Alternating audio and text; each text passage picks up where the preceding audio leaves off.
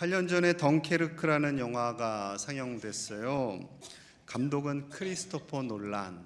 놀라운 감독이에요. 이분 인셉션, 인터스텔라, 다크나이트 시리즈를 완성한 감독님인데 보신 분들도 있고 잘 모르시는 분들도 계실 겁니다. 이 영화가 역사적인 사실을 가지고 만들었어요. 세계 2차 대전이 한창이던 1940년 5월에 프랑스가 독일에 의해서 점령이 됩니다. 그래서 프랑스를 살리기 위해 연합군이 덩케르크라는 지역에 들어가게 되죠. 무려 40만 명이나 연합군이 들어갔는데 문제는 그 지역에 이미 독일군이 가득했더라는 거예요.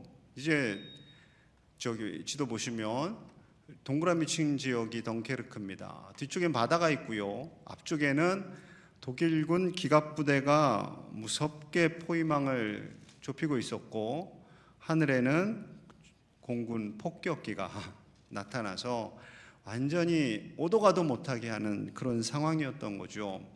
영국 수상 처칠은 끔찍한 군사적 재앙이다 라고 표현하고, 만약에 우리가 들어가서 저들을 구출한다 할지라도 3만 명 내지는 4만 명 정도밖에 구출을 못할 것이고 나머지 90%는 거의 사망할 것 같다라고 결론을 내립니다.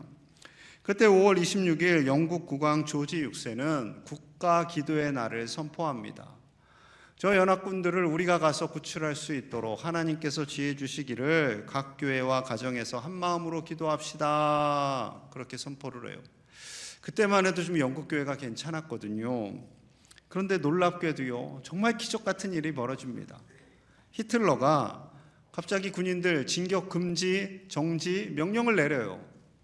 지금 막 공격을 하면 얼마든지 이길 수 있는데 잠시 무슨 생각이 들었는지 진격 금지 명령을 내리고 3일간의 기다리는 시간이 허락됩니다. 그리고 하나님께서 아까 보신 그 지도, 영국과 프랑스 사이에 그 바다가 있는데 거기에 안개를 가득 넣어주셨어요. 안개가 가득하게 낍니다. 그러니 이들을 공격한 비행기가 잠시 출격하지도 못하고 해군 함정도 출격하지 못하는 그런 상황이 된 거죠. 바로 그때 영국에서는요, 군함뿐만 아니라 어선, 유람선, 요트 모든 배들이 다 출동을 합니다. 자원하여서 출동을 한 거죠.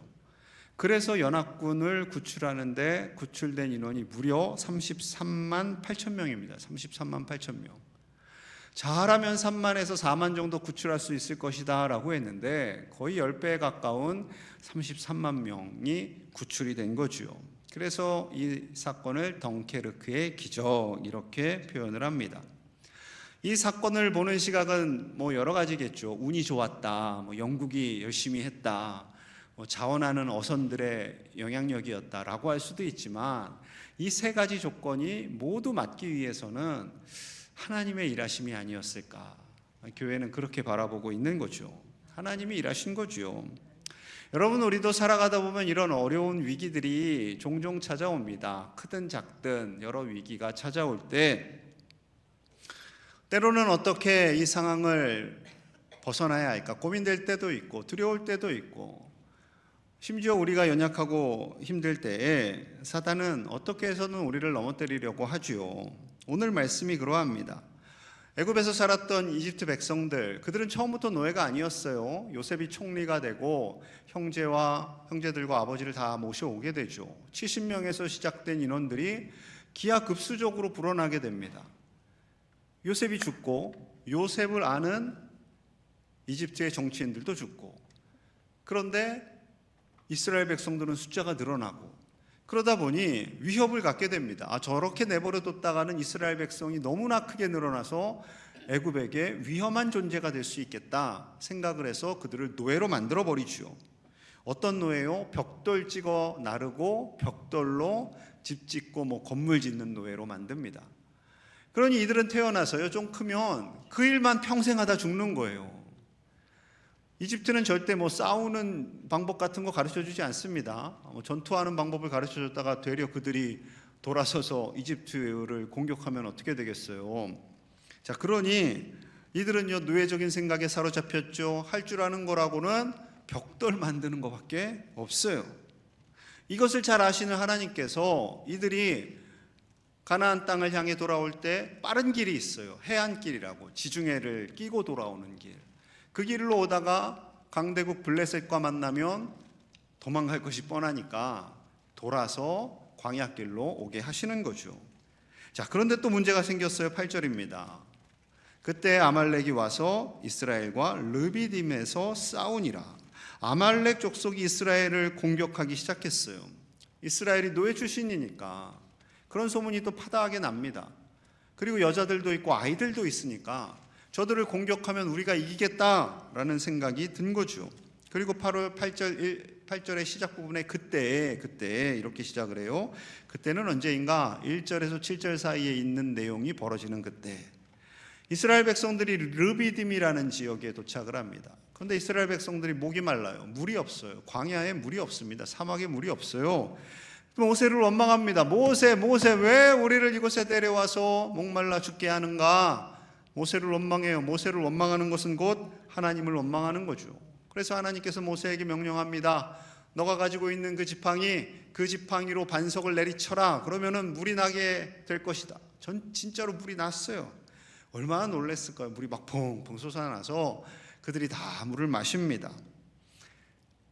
갈증은 해결이 됐어요. 근데 하나님께서 마음이 안타까우신 거죠. 왜냐하면 이런 이유였습니다. 7절 볼게요. 7절.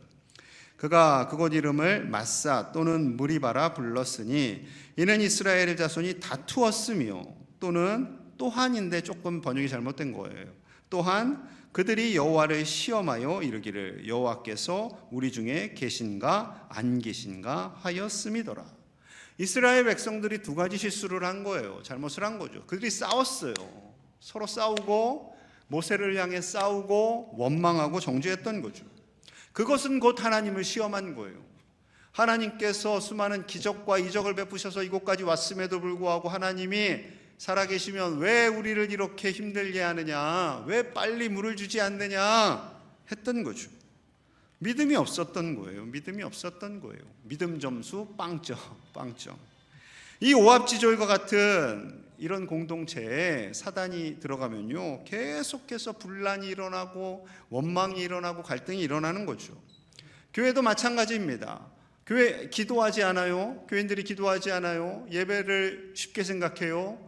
그러면은 반드시 그 교회 안에는 갈등이 일어나고 작은 갈등이 퍼져서 교회를 흔들어 놓게 되죠. 가정도 마찬가지입니다. 부부 사이가 별로 안 좋아요. 부모와 자녀 사이도 별로 안 좋아요. 그러면 작은 사단이 심어놓은 그 안 좋은 씨앗이 가정을 파괴할 수 있게 되는 거죠. 하지만 영적으로 잘 무장된 교회와 가정은 하나님께서 지키십니다. 그래서 아무리 사단이 공격한다 할지라도 흔들리지 않게 되죠. 오늘 본문에 이 사단의 유혹을 받은 아말렉의 공격은요, 아주 치사하게 시작이 됩니다. 신명기 25장 17절과 18절에 나타나 있어요. 너희는 애굽에서 나오는 길에 아말렉이 내게 행한 일을 기억하라. 곧 그들이 너를 길에서 만나 내가 피곤할 때 지쳐 있을 때 내 뒤에 떨어진 약한 자들을 쳤고 하나님을 두려워하지 아니하였느니라. 이스라엘 백성들이 먼 길을 갑니다. 가는 중에 지치는 사람들이 있어요. 특히 여성들, 노인들, 어린애들. 이 사람들은 지치잖아요. 그러니까 뒤로 조금씩 밀리게 되죠. 이때를 기회로 삼고 아말렉이 공격했다라는 거예요.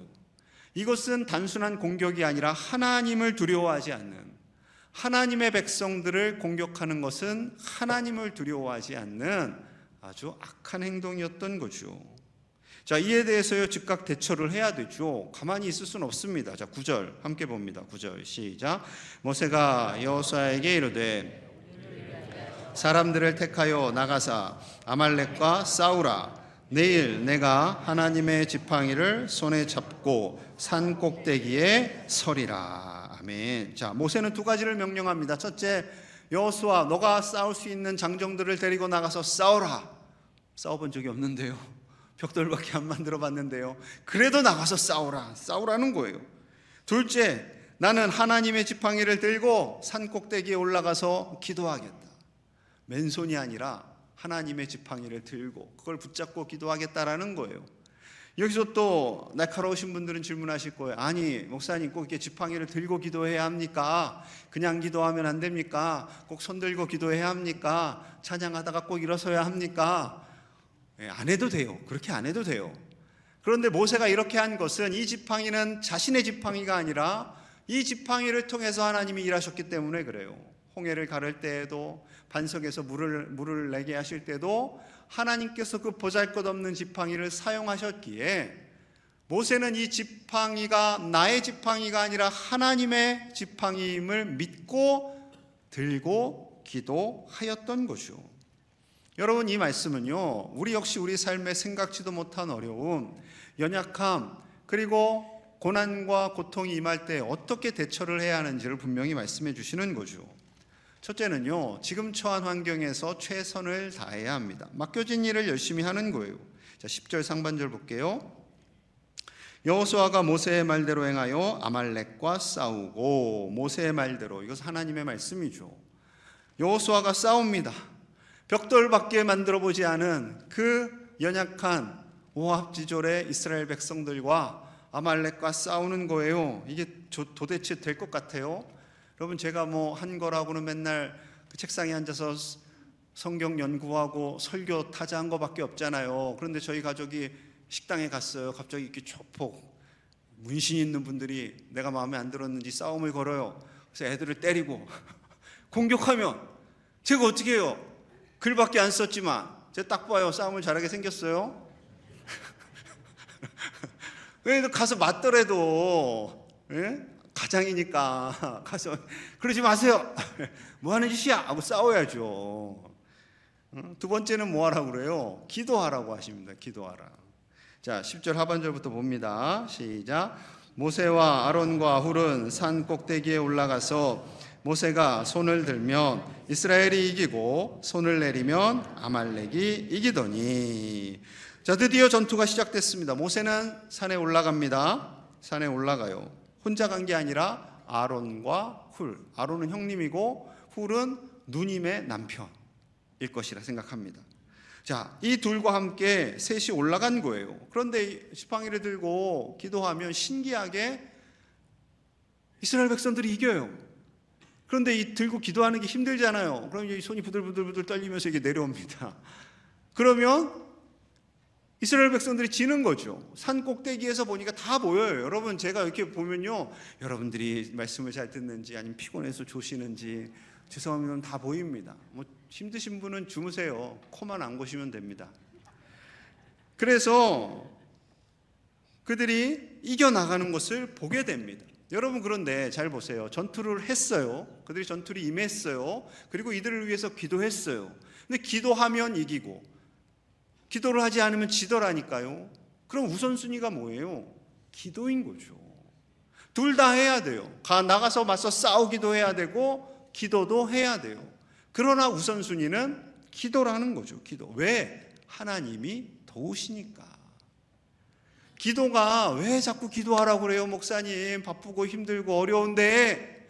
기도는 하나님이 일하시는 것을 믿고 맡기는 것이기 때문에 그렇습니다. 우리 삶에 동일하게 적용되는 거예요. 여러분, 공부 열심히 하는 애가 잘해요? 공부 안 하고 기도하는 애가 잘해요? 왜 어려우세요? 공부 열심히 하는 애가 잘하죠. 에이, 실망하지 마세요. 그게 사실입니다.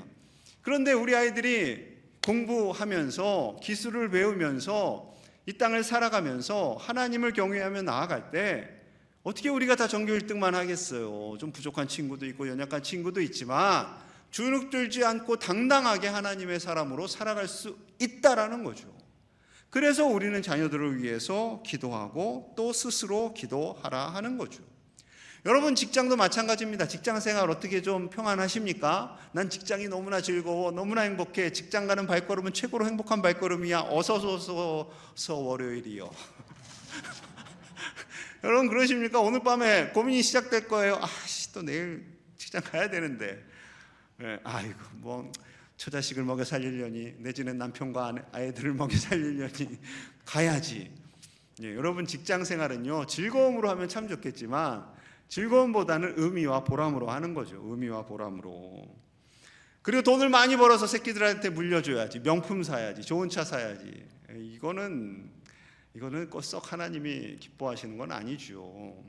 여러분, 우리가 열심히 선하게 일해야 됩니다. 그리고 기도해야 할 것은 그 기도함으로 인해 하나님께서 일하셔서 우리가 힘있게 직장에서 일하고, 그리고 그 주신 소득을 가지고 하나님이 기뻐하시는 곳에 사용할 수 있는 사람이 되기를 원하기에 우리는 기도하는 거죠. 19세기 영국 출신의 존 패튼 선교사님이 있습니다. 영국이 옛날에는요 참 믿음의 나라, 신실한 나라였어요. 남태평양 바누아투 지역에 원주민들에게 복음을 전하기 위해서 갑니다. 어딘가 찾아봤더니 바로 저기 오스트레일리아 옆에 있는 너무나도 작은 섬. 어떻게 저기를 알고 갔을까요? 갔어요. 그런데 선교를 시작한 지 얼마 되지 않아서 사랑하는 아내와 태어난 지 얼마 안 된 아들이 열병으로 세상을 떠나게 됩니다. 천국을 가게 돼요. 너무나 힘들고 지치니까 본부에서는 철수하라 라고 명령을 내렸지만, 이분이 아내가 이곳에 있고 아들도 있고 사명도 있고 하나님 보내셨으니 어떻게 돌아갑니까? 해서 안 돌아가요. 기도하면서, 정말 열심히 기도하면서 사명을 감당합니다. 처음에는 그들이 굉장히 적대적이었어요. 심지어 그 주변은 식인을 하는 그런 마을이었어요. 그렇게 적대적이던 사람들이 조금씩 호의적인 태도를 보여주기 시작합니다. 왜냐하면 선교사님이 함께 집을 지어주고 함께 살고 우물도 파주고 또 아픈 사람들 돌봐주기도 하고 자신의 양식을 나눠주기도 했거든요. 그러니 마음이 돌아서는 사람들도 있었지만, 강한 사람들, 적대적인 사람들은 어떻게 해서든 이 선교사를 쫓아내려고 하고, 심지어 집에 불을 지르려고 하고 공격을 합니다. 그때 할 수 있는 거는요 기도밖에 없어요. 기도밖에 없어요. 일일이 하는 사람 한 사람 만나고 주님의 사랑을 전하는 것밖에 없어요. 그랬더니 놀랍게도 추장이 마음을 돌립니다. 여러분, 추장이 마음 돌리면요 그거 다 끝난 거예요. 그 마을 사람들이 돌아오게 되는 거죠. 사람을 때로는 잡아먹고 전투에 능한 이 민족이 하나님을 찬양하는 섬으로 바뀌게 됩니다. 여러분, 놀라운 은혜인 거죠. 영적인 무기인 기도와 그리고 실제적인 무기인 사랑과 희생과 섬김으로 그 마을이 변화가 되는 거예요. 여러분, 사단은 언제나 우리를 넘어뜨리려고 하죠. 예전에는 단순히 우리에게 겁을 주면서 막 그렇게 다가오지만 요즘은 그렇게 다가오지 않습니다. 굉장히 지능적으로 다가옵니다. 지능적으로 다가와요. 그래서 우리의 믿음을 떨어뜨리게 하고 분열을 조장하죠. 마귀 세계에 팔복이 있다고 해요. 그 중에 4가지만 좀 알려드릴게요. 1번, 피곤하고 바쁘다는 핑계로 교회에 나가지 않는 자는 복이 있나니 그들이 나의 가장 믿을 만한 일꾼이 될 것이며, 2번째, 남의 말 옮기기를 좋아하는 자는 복이 있나니 그들은 내가 가장 좋아하는 다툼과 분쟁을 일으킬 것이며, 3번째, 성경을 읽고 기도할 수 없을 만큼 바쁜 자는 복이 있나니 그들은 나의 유혹에 쉽게 넘어가 마침내 나의 조롱거리가 될 것이며, 하나님을 사랑한다면서도 자기의 형제와 이웃을 미워하는 자는 복이 있나니 그들은 나의 영원한 친구가 될 것임이니라. 어떻게 좀 감동이 되십니까? 진짜요. 좀 감동을 받았어요. 야, 진짜 이렇구나. 진짜 이거 충분히 마귀가 좋아하는 복의 이유가 되겠다라고 생각을 했어요. 그래서 주님 이렇게 말씀하죠. 에베소서 6장 10절과 11절입니다. 함께 볼게요. 시작. 끝으로 너희가 주 안에서와 강건하여 지고 마귀의 관계를 능히 대적하기 위하여 하나님의 전신갑주를 입으라. 아멘. 주님 안에서 하나님 주시는 힘과 능력으로 공부하고 일하고 봉사하고 성실하게 살아가라 라고 말씀하시는 거죠. 그 강건함으로 인해 우리가 살아갈 때 사단 마귀는 우리를 대적한다 할지라도 그 전신갑주로 인해 능히 이길 수 있다라는 거죠. 여러분, 사단을 너무 무서워하지 마세요. 하나님 주시는 능력으로 우리는 얼마든지 이겨낼 수 있습니다. 그 기본이 바로 기도라는 거죠. 기도. 그런데 기도하는 일이 의외로 쉽지는 않죠. 자, 12절 봅니다. 12절. 모세의 팔이 피곤함에 그들이 돌을 가져다가 모세 아래에 놓아 의자를 놓은 것처럼 놓은 거예요. 그가 그 위에 앉게 하고 아론과 훌이 한 사람은 이쪽에서 한 사람은 저쪽에서 모세의 손을 붙들어 올렸더니 그 손이 해가 지도록 내려오지 아니한지라. 모세가 처음에는 무릎을 꿇고 지팡이를 잡고 손을 들고 이렇게 기도한 거예요. 그래 힘들죠. 여러분 이거 지팡이 붙잡고 기도한 것도 힘든데 무릎까지 꿇었으니 뭐 팔다리가 달달달달달 떨렸을 거예요. 그러니 이 아론과 훌이 큼지막한 앉을만한 돌을 가져다가 모세가 앉도록 합니다. 앉기만 해도 여러분 얼마나 편안하세요. 지금 편히 앉아 계시죠? 그리고 손을 들고 있는데 양쪽에서 이 손을 붙잡아 주는 겁니다. 그래서 해가 지도록 내려오지 않고 전투를 할 수 있었던 거죠. 이 두 사람의 도움이 없었더라면, 모세 혼자 내가 가서 기도할게 하고 혼자 가서 했더라면 여러분 패하는 거죠. 그러나 이 두 사람이 함께함으로 인해서 해가 지도록 손을 올려 기도할 수, 간절히 기도할 수 있었던 거죠. 여러분 기도하는 것을 서로 도우면요 기도가 쉬워집니다. 쉬워져요. 여러분 기도는 어렵게 하는 게 아니에요. 기도를 고행이라고 생각하시는 분들 계세요. 기도는 아무나 하는 거 아니지, 40일 금식은 해야 기도했다고 할 수 있겠지. 그래서 옛날에는 40일 금식 기도하신 권사님들, 장로님들이 좀 계셨어요. 목사님들이 그분들 제일 무서워했잖아요. 그 목사님들도 금식하고 하시다가 어려운 일도 당하기도 하고, 기도 언덕하고 뭐 새벽 기도는 해야지. 새벽 기도를 못하니까 나는 아예 기도 안 해, 뭐 이렇게 생각하시고. 여러분 기도하는 것은 어려운 것이 아닙니다. 지금 모세를 도와주었잖아요. 그래서 모세가 쉽게 기도했잖아요. 그럼 하나님이 야 이놈아 너 누가 쉽게 기도하래, 힘들게 기도해야지 이래요? 그렇지 않습니다. 기도는 하나님과의 사귐이에요. 사귐. 하나님과의 대화를 나누는 거예요. 사귐은 쉽게 하는 거예요. 편안한 마음으로 하는 거예요. 그래서 사귐이 되지. 여러분 연애해 보셨어요? 연애할 때 맨날 만나면 싸워. 우리의 연애는 왜 이렇게 힘든 걸까? 그럼 결혼이 돼요? 안 되지. 연애를 하는 게 너무나 행복하고 좋아요. 코딱지도 눈곱도 이뻐 보이고 사랑스러워 보이고 콩깍지가 푹 휘어가지고 그냥 결혼을 딱 했는데 아이고 속았네. 그때 가서 그렇다 할지라도 여러분 사귐은요 쉬워야 돼요. 즐거워야 돼요. 행복해야 돼요. 그것이 기도가 되어야 합니다. 그렇다고 여러분 기도를 너무 쉽게 우습게 생각하지 마세요. 운전하실 때 기도한다는 분들이 계세요. 자 따라합시다. 운전할 때는 운전만 하자. 운전만 하세요. 운전할 때 기도는 하나님 운전 잘하게 해주세요. 사고 안 나게 해주세요. 기도하는 거예요. 운전하다가 갑자기 꽂혀갖고 기도하고 슬픈 일 생각나고 나를 억울하게 한 그놈이 생각나고 부르르 떨리면 운전에 집중이 안 되죠. 당연히 큰일 납니다. 요즘처럼 차들이 많은 시대는 진심입니다. 여담이 아닙니다. 하나님께서 원하시는 기도는 쉽게 한다 할지라도 깊이 하기를 원하세요. 깊이 집중해서. 그러니 하나님과 깊이 교제할 수 있는 그 시간에 우리가 기도하는 거죠. 여러분 무엇보다도 서로를 도우며 기도하는 것이 중요하죠. 아론과 훌이 옆에 있었던 것처럼. 그래서 교회 안에 나의 기도의 제목을 함께 나눌 수 있는 기도 동역자들이 있어야 돼요. 구역 식구들 안에 눈치 보지 않고 기도의 제목을 나눌 수 있어야 돼요. 내가 기도 제목을 나눴더니 이것이 소문이 되어서 막 커져갖고 나를 땅 때릴까 봐. 그런 교회는 죄송하지만 영적 능력이 없는 교회예요. 가정도 마찬가지죠. 부부간에 서로 기도 제목을 나눠야 돼요. 부모와 자녀들 간에 자녀들이 엄마 아빠 이거 기도해 주세요라고 말할 수 있는 가정이 굉장히 건강한 가정입니다. 엄마한테 말한다고 되겠어, 오히려 혼날 거야. 이러면 안 돼요. 여러분 주일 오전 1, 2, 3부 예배 때마다 예배를 위해서 간절히 기도하시는 어르신들이 계시다는 거 아십니까? 저 교회 어느 방에서 우리 은퇴하신 권사님들이 1부, 2부, 3부 예배 저와 여러분들을 위해서 간절히 기도하시는 분들의 중보 기도가 있어요. 그 기도 덕분에 우리가 예배를 평안히 드릴 수 있게 되는 거죠. 그렇습니다. 하나님의 은혜가 없으면 우리는 살아갈 수가 없어요. 이렇게 모세와 아론과 훌이 함께 힘을 모아서 기도했는데 결과가 어땠을까요? 13절 봅니다.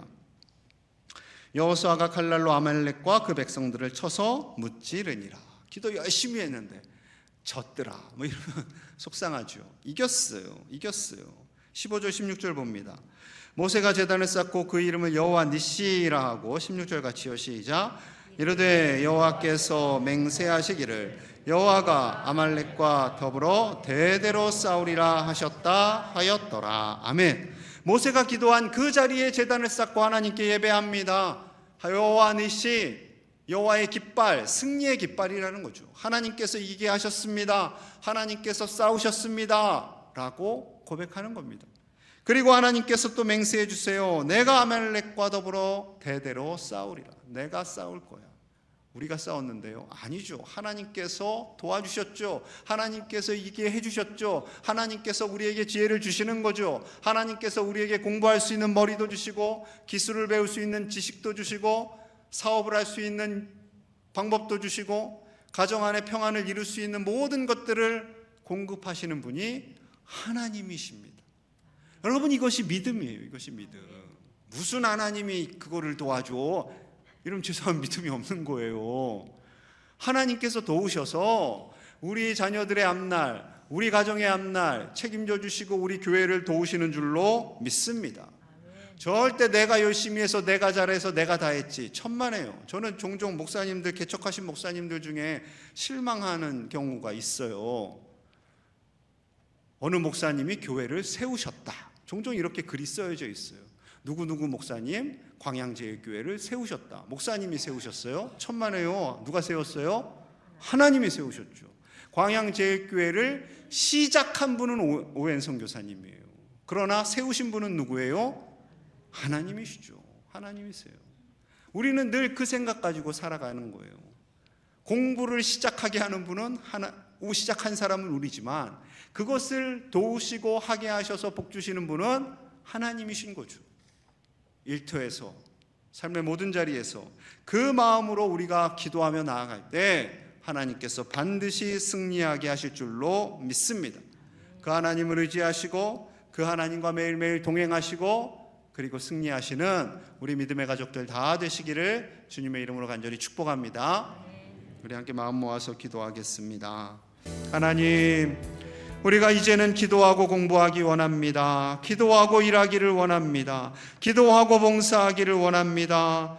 이 일에 함께 기도할 수 있는 동역자들이 세워지게 하여 주시옵소서. 가정에서, 교회에서 함께 기도함으로 그 모든 어려운 일들을 승리로 이끌어가게 하여 주옵소서. 수혜로 고통받는 이들의 눈물을 닦아주시고 하루속히 회복시켜 주시옵소서. 여름 캠프와 수련회 단기 선교위에 은혜 주셔서 참여하는 모든 이들이 은혜 받고 하나님께서 기뻐하시는 사역들이 될 수 있도록 축복하시고 태국 땅에 복음의 열매들이 가득하도록 복의 복을 더하여 주옵소서. 예수님 이름 받들어 간절히 기도하옵나이다.